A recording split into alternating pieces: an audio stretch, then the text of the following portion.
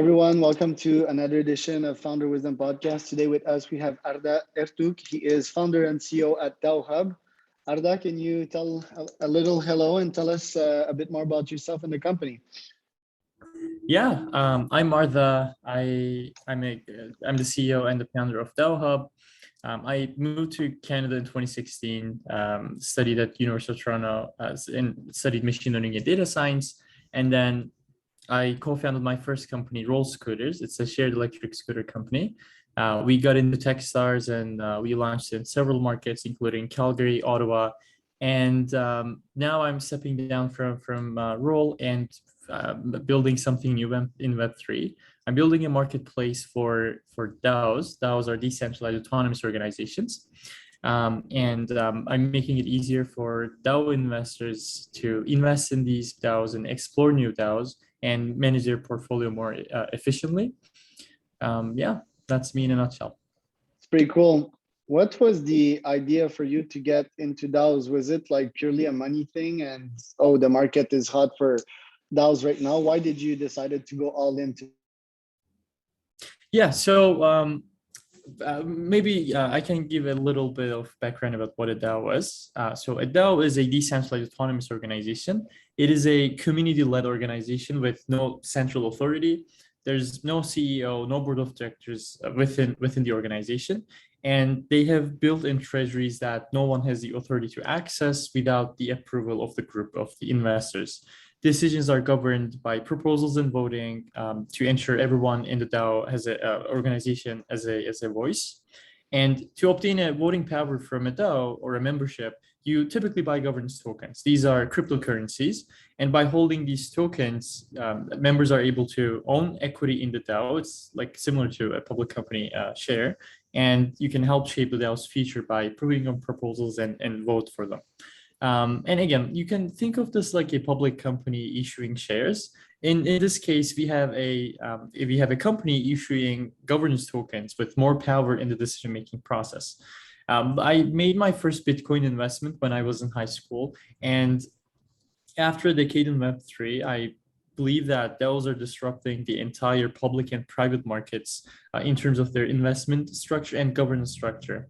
And I was making some investments and some returns from a few DAOs that I invested in, and it was really difficult for you to explore new DAOs. Like you have to go through Discord channels and mostly word of mouth, and there was no directory, there was no library that you can actually search for DAOs. And I made a few DAO investments, and I realized that after making 10, 15 different DAO investments, it's really impossible for you to keep track of all the proposals and all the things that are going on within the DAO. And I decided to build a platform where people can explore new DAOs, they can invest and track all the proposals and vote in just one platform. So that was the story. So DAOs are fundamentally different from common organization, which you register a company, open a bank account, and so forth. It's kind of a revolutionary concept. Has it caught yet officially? How hard is it to start a DAO nowadays? Yeah. So legally speaking, I mean, personally, I think we're still at a really early stage with the whole DAO ecosystem. And there were some cases in US. I think Wyoming officially recognized DAOs as an organization, and we're gonna see more news and like more progress in terms of the legal landscape in the next few years. Even as soon as next year, personally, that's what I think. Anyone can create their own DAO. That's the beauty of it. There are various tools that you can use, for treasury, creating your own DAO, implementing smart contracts. Everything is really simple now with a lot of different tools.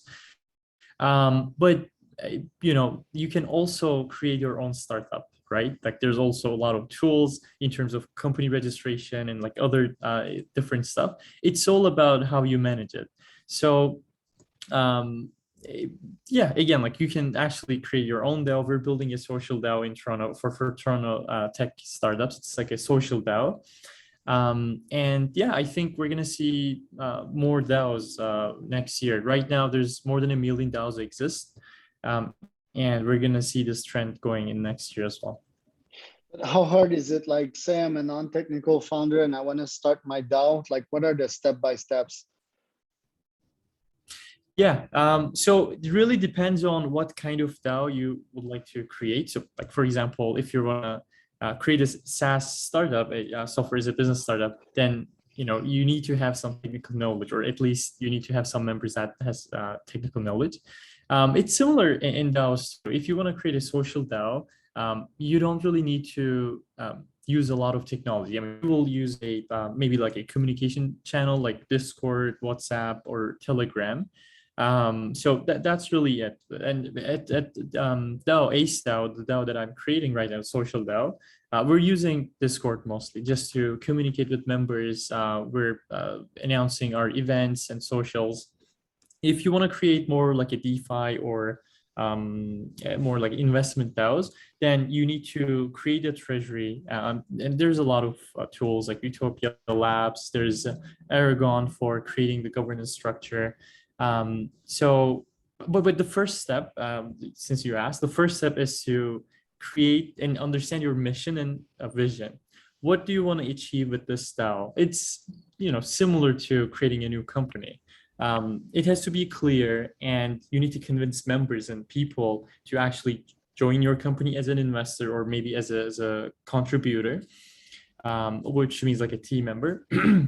And after you have solid vision and mission, you will use Aragon to create your governance structure, and then other tools like Utopia Labs, as I mentioned, to create your treasury. And then you will use Discord and other channels to build your network, build your community. And that requires a lot of skill in terms of like marketing and other aspects. But yeah, this would be the simple kind of explanation. To me, and it kind of seems complex, and to like an even older person and non-tech savvy, I think it would be even more complicated. So what's the advantage of a DAO vs the classic way of founding a company and doing things?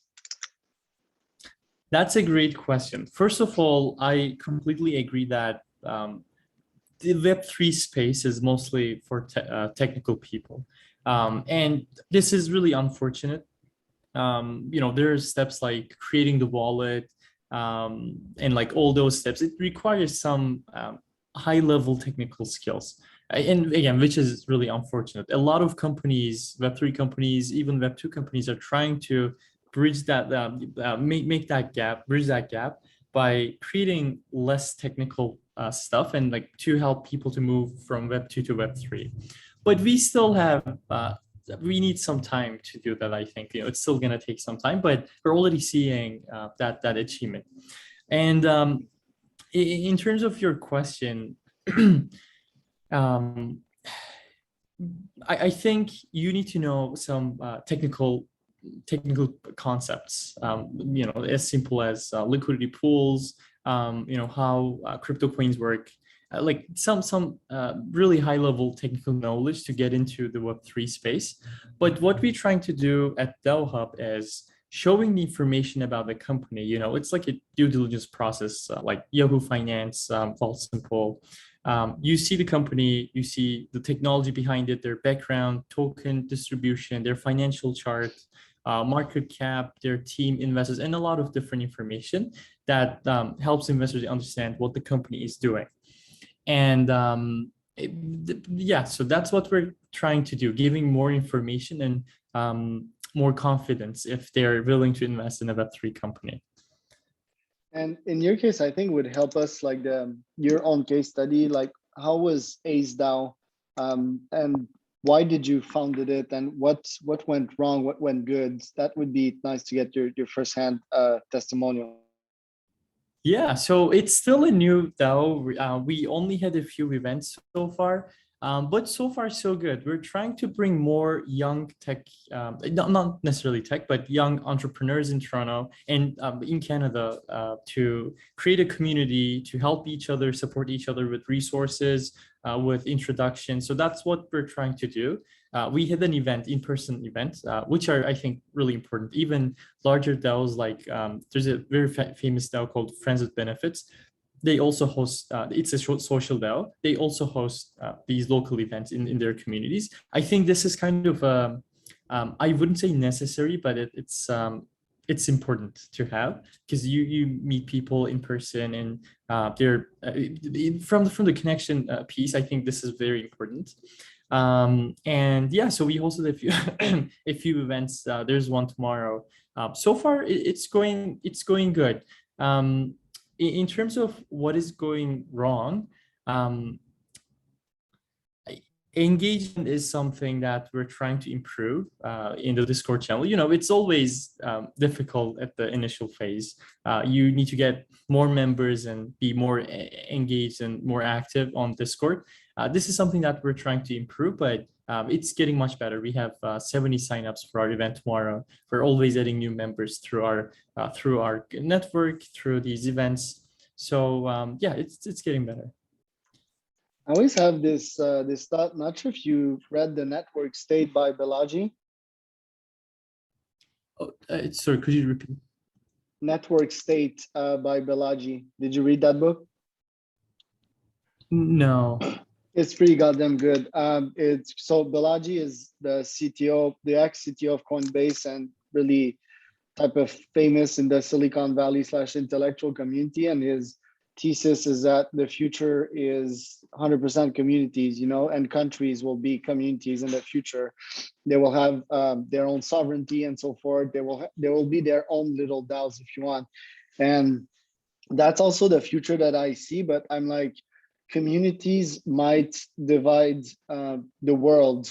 We might cooperate with other communities, but it's like, here's who I am. And yeah, that's who I am, and that's who I'll hang out with, and that's how I will grow in that kind of mindset with that these boundaries around me. And I think that that can be potentially dangerous. Obviously, you can change communities. You can identify yourself more as an entrepreneur than a musician, for example. But still, I know that this will be the future. This would be the ideal future, in my opinion. But don't you think that would also divide people? First of all, I completely agree with everything you said. Probably not in the 5-10 years, but like we're gonna see it in maybe like in 20 years, 30 years. I think we're gonna see that concept. And we're already seeing some sort of examples, like there's a lot of communities are being developed, especially with the introduction of these DAOs. In terms of the vision, I think even when you look at the current situation today, when you look at the culture and how people are behaving, it's really different in different cultures, like different countries. So you can think of like a country as a DAO or as a community. Even right now, we're seeing that kind of division. So I think it's something that exists in our code, like our like in humanity. But yeah, like it's a deep question. I don't know. Quite tricky, eh? How was your experience at Techstar? And could you make an accelerator DAO? I couldn't hear the second part. Yeah, could you make a DAO, but that's like an incubator / accelerator? Yeah. First of all, I'm actually wearing a Techstar t-shirt today. I was recording a video for them. The experience was really good. They have a great network with investors, with other mentors, other founders. And to be honest, we got an acquisition offer. At the same time, we got our acceptance from Techstars, and we had to choose between one of them. We decided to go with Techstars because there's a lot of things to learn, and we thought it was too early for us to get acquired, especially this was our first company, and we wanted to get more experience. And yeah, so the experience was great. It was a 3-month program, but we're still getting a lot of support from them. And in terms of your other question, I think right now there are some examples like building those accelerator programs using the DAO structure. Like members are able to vet and like, they decide whether which company to join the accelerator program or the group, and then they make an investment after the program. And the good thing is, if you're investing in a DAO, like let's say this is an accelerated DAO, if you're an investor, then you can be a mentor as well for those companies. So it's kind of a really good dynamic between the investors, the members, and then the accelerator group. So I think we're going to see more examples. We're already seeing some. I mean, the technology and the potential is so exciting. Do you see a lot of scams also nowadays in the field?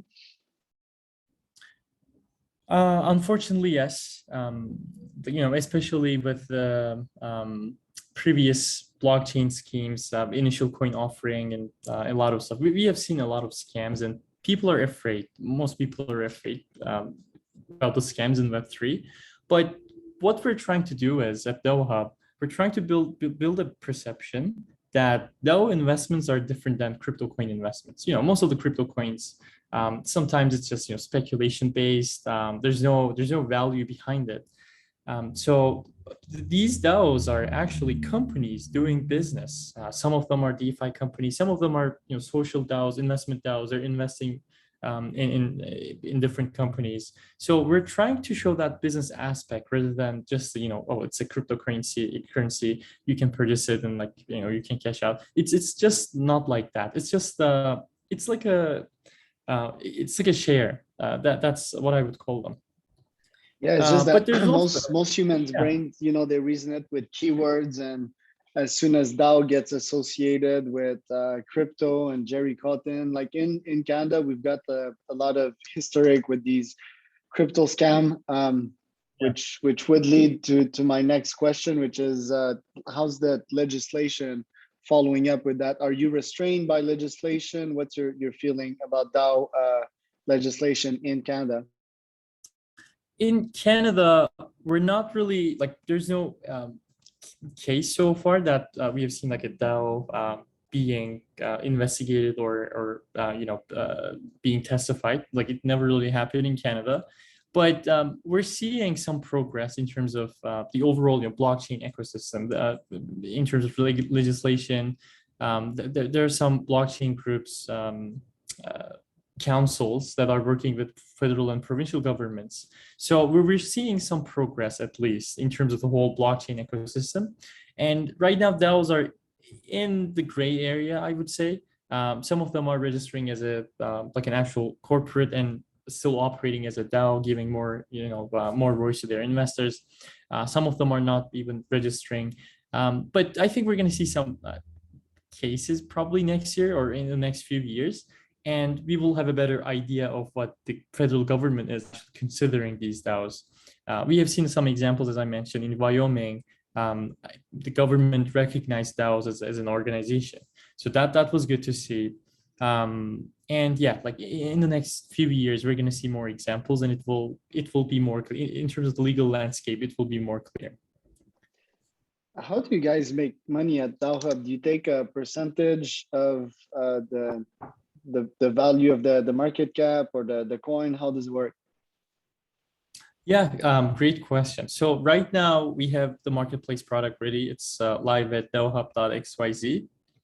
We have a really small percentage right now, less than 1%. And later on, we will offer new products such as Launchpad. We will help new DAO builders and DAO founders to fundraise for their DAOs on our platform, and we will take a certain percentage from them. And later on, we're also aiming to monetize some of the DAOs to get verified on our platform to protect customers, more like a listing fees and different models. Yeah, so our goal is not to make money at this stage, to bring more people from Web to get them more comfortable with DAOs. And then later on, we will try to find ways to monetize DAOs, not the customers, not the investors. Are you going for the type of Brian Armstrong Coinbase master plan for DAOhub, or is it a different type of strategy? Well, it's a marketplace. I think 2020 was the year of DeFi, and then 2021, 2022 was NFTs, and now it will be DAOs, 2023, and then moving forward, we're gonna see more DAOs. So I think a marketplace product is necessary at this point to find new DAOs and to make sure they are they're a good investment, right? To understand what they're doing. And there's a lot of different companies like Coinbase, Binance that you can purchase a coin, but they're not focusing on the business aspect. You can see the financial history of their coin, their DAO tokens. You can see briefly what they do, but you don't see their team. You don't see their investors. Like most of the information is missing on the other platforms. So that's what we're trying to show. To give more information to investors, and especially who are interested in the business aspect rather than just the cryptocurrency aspect. Have you guys been funded, and are you going for another round soonish? Yeah, so far it's been bootstrapped. I'm using my own money so far, but we're raising our seed round to build our launchpad and a lot of different products. So yeah, hopefully we're aiming to close it soon. When you refer to your own funds, like you exited from Roll, right? Did you just close out that one? We didn't really exit. We tried to sell it this year, but the current economy and also the space, micromobility space, was a little bit tricky this year. So we haven't exited the company, but so far it's not really like the cost wise. It's been it's some API costs, some hosting domains. It's been okay so far, but in order to build new products and bring more people from Web2, basically we need more resources. So that's why we're raising our seed round.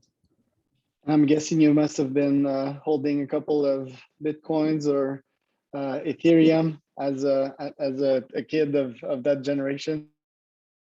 Yeah, so I made my first Bitcoin investment when I was in high school, and then Wow. it was not a large amount, and I would say I lost all the return I made on altcoins after like 2017, 2018. It was not a good investment decision. I lost a lot of money in altcoins, and then later on I explored new DeFi companies and then DAOs. And right now, most of my investment are mostly DAOs, especially DeFi products, some investment DAOs, Ethereum as well. If you like layer one protocols, I'm not investing a lot on altcoins right now. Mostly DAOs and and Bitcoin as well. Super interesting. As a founder, how do you maintain your mental sanity and maintain your productivity high? That's very, very important. And this is my biggest advice when I talk to young entrepreneurs. I'm also a young entrepreneur. I've been in the space for in the entrepreneurship space for almost 4 years now. But initially for my first company, it was really exhausting. We had no weekends. We were all working all day long, and I didn't really care about my mental health. But then I realized that it's really important, and if you are not caring yourself, then you're not going to be able to take care of your business. And I tried a lot of different things. Meditation, it's been really useful. Journaling, awesome thing. It's really good. I tried different things like contrast therapy. I'm not sure if you heard that. No. It's really good. You get into a sauna for 15 minutes and then you take a ice bath. Hot and cold. It really, yeah. It's really like these are really good experiences. But so I always recommend people to take care of themselves first. And reading books, also different What's hobbies. a good book recommendation you have?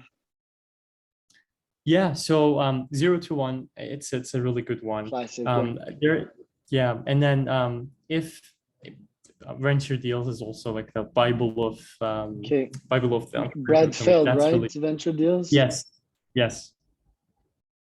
And then there's a few others. There's one that I'm reading about a company culture. He was the founder of Zapper.com and Zapier. then Zapier. Yeah. I don't remember the name of the book, but that was also. I didn't know that he had a book. That's the CEO of Zapier. Yeah. It's about company culture. I can take a look. I will give the exact title. And then I recently read the book of Elizabeth Holmes. Wait. You mean it's not Zappos? You mean Zappos, Tony Hsieh. Zappos. My bad. Okay, Zappos. yeah. I thought like Zapier. Yeah, Tony Hsieh that tragically died a year and a half ago. That's also a book that I wouldn't recommend because it's so depressing.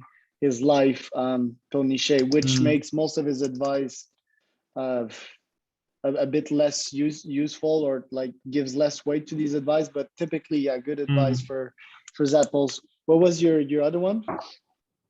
Elizabeth Holmes. It's not her book. Yeah, and then I watched the this TV show as well. It's a really interesting thing because everything she did, it's common practice in the tech industry and in the startup world. But I think it's unfortunate that she was in the health sector. Yeah. I think she would have been really successful in tech. Right? That's what I feel like. Yeah, same here. And at least if she would have gone in digital health, not physical, because physical health, the problem, as a guy that launched a startup in there and that's gonna launch a bunch of other biotech companies pretty soon, is that the clinical studies is the bottleneck. Basically, we are in an era in which we have much better ways of testing than making experiments on lab rats or humans. That's a bottleneck that she experienced. She tried to hurry herself through that bottleneck, but I mean, we saw what it did. And also, like, talking about employee culture, right? I think it was way too tyrannical. But yeah, she's a genius, and I really think we should give her a second chance. I mean, she got prosecuted. Not sure what's the outcome of that, but she's a shining star, just like Adam Newman is from WeWork. That's very controversial to say that, but I mean, those are my beliefs. Right. Like, again, I think she would have been really successful if she was in tech. Yeah, for sure. Yeah. Well, Arda, it's been very nice podcast. Learned a ton. So where can people find out more about you and your company? We're live at DAOhub.xyz. They can also reach out to me on LinkedIn. My name is Arda Erturk. And yeah,